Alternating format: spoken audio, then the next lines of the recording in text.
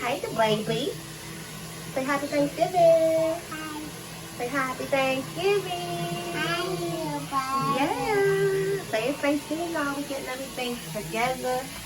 So it's coming together. This is the glaze.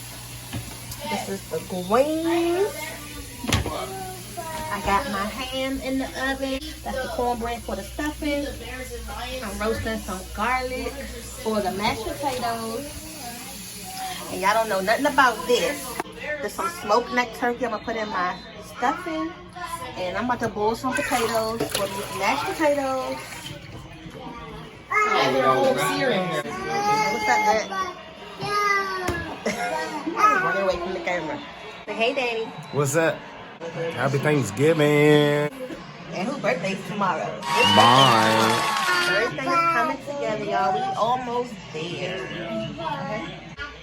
Just chilling out, getting this dinner finished. Happy Thanksgiving to you guys. And, you know, many blessings to your family. And we almost done. So I planned on being... get off there. So I had planned on being done about 4 o'clock. Which I'm actually making my time. So how y'all doing with y'all time for y'all dinner? So I know everybody's cooking and you want to be done by a certain time. Did you make your goal? So I started last night. I made my turkey, did the macaroni and cheese. Just took the sweet potatoes out. And then I got this right here for my cheesecake. So how does that look, y'all? Strawberries, sweet raspberries, and blueberries. And your girl been moving today. And I did a pineapple upside down cake this morning. I'm not really tired, surprisingly, after all this cooking. Now my feet was throbbing though last night. Standing on this hardwood floor, you gotta be comfortable in the kitchen, y'all. So make sure y'all got some light socks or something. Resting on some of these potatoes, roasted mashed potatoes. I wanted to make some potato salad, but we don't have enough mayonnaise. So you gotta have mayonnaise for your potato salad. So we're just gonna go with these mashed potatoes, and I still gotta make some gravy. I'm gonna make some homemade gravy. So it's football day, y'all. So be expected it's gonna get loud in here. I'm surviving off of coffee this morning. That's what's been keeping me going. But what's been keeping y'all going in the kitchen today? What y'all listening to or drinking on or feeling? You know, let me know. Comment down below and tell me what y'all doing today on the Thanksgiving in y'all kitchen. You know, just keeping y'all up and moving and cooking all this good food. And we about to go ahead and glaze this thing up. So this is already cooked. The only thing you're going to do is just warm it up. It's making its own juices. I didn't add nothing to it. And then you're just going to put the glaze on it. So we used the glaze pack that came with the ham. And then I added some of the pineapple juice. I made a pineapple upside down cake earlier today. So I had some juice left over. And then Swan wanted some cherries in it. So I just put some cherries and some brown sugar and some ginger ale. So I wish I had some orange juice. That's like the only thing I feel like I'm missing that I probably could have put in here. And you're going to glaze this a couple times. So you're going to put it on top of the ham. You're going to put it in the oven. So I had it uncovered this whole time. So now I'm going to put it back in the oven uncovered because now it's at that glaze point and you want this to stick to the ham. You want this to stick nice and good to the ham.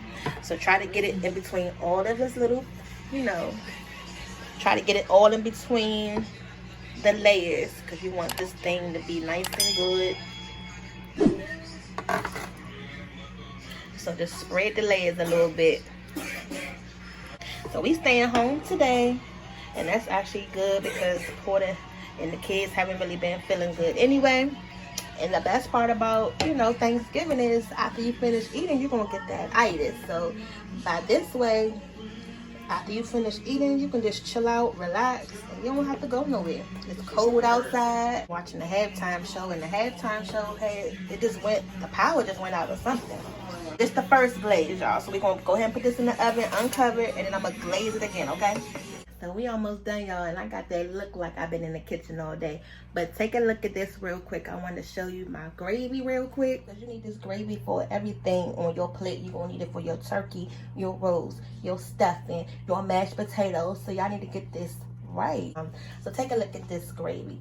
So I took the insides of the turkey. I had the butterball turkey, and inside you can get the turkey necks and the giblets. So what I do is once I thaw out the turkey, I take the neck bone and I take the giblets, I put it in a pot of water, and then I put a little bit of seasoning in that water, boil it down until it get nice and tender. And then I take that juice with the juice that comes from your turkey, and then I put it in the pot right here. Now the only thing different that I'm gonna do today that I normally haven't been doing in the past is I'm gonna add this brown gravy mix. Normally I would just add some cornstarch or some flour to this to thicken it up, but this is really good. It's just like the brown gravy mix you get at the store. So we're just gonna use this. If you have this, you can get this from Sam's Club. So y'all, so go ahead. It's okay to cheat a little bit on your Thanksgiving dinner, okay? And you're not really cheating because you still got the main flavors from the actual turkey inside itself. So you would just treat this like you would in the packet. Just add some water to it. So I already had my liquid, which is the stock that I already had. And then I did add some more chicken stock to this. So the brown gravy is actually going to thicken up as well. And that's what I'm trying to get it to do, is to thicken it up a little bit. You don't want your gravy too thick and you don't want it too thin. So everybody likes their gravy different. But as long as it tastes good when you're eating it, make sure it having a lot of flavor. You want this to come to a boil so it can get, you know, nice and thick. And just taste your gravy. Taste your food.